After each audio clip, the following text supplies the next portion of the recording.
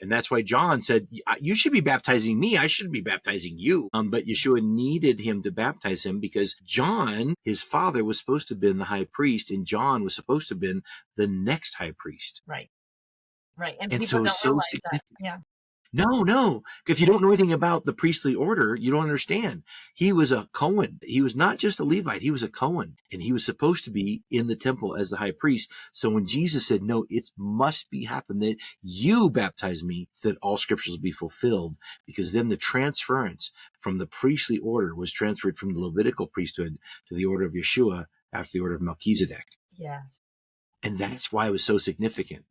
And then, of course, you talk about the deeper meanings. Yeah, it's beautiful. In Jewish understanding, there's what they call the Peshat. I'm trying to remember what it is now. I had it in my head. The Peshat meaning, or they call it the Pardes, P-A-R-D-E-Z. Mm-hmm. And Pardes in Hebrew means orchard. Okay. And so, but it's an acronym. So Peshat is the first word. That means the plain, obvious meaning, just what it's right on the surface. 5 levels of understanding scripture. Of understand. Right. And then after the Peshat, you have the Remez, which is the hidden meaning.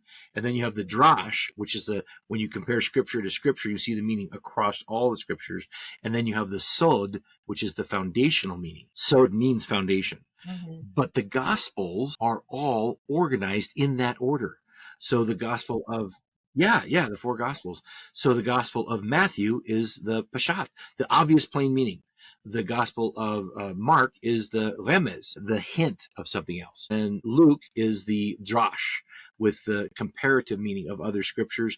And then the Gospel of John is the mystical, deep gospel, the foundational, supernatural meaning. How does John start his gospel? The same way the book of Genesis starts. In the beginning was the Word, and the Word was with God, and the Word was God. And we talk about mystical and supernatural, and the Word became flesh and dwelt among us, the holy begotten one from the Father, full of his grace and truth. Mm-hmm. And none of the other gospels are like that.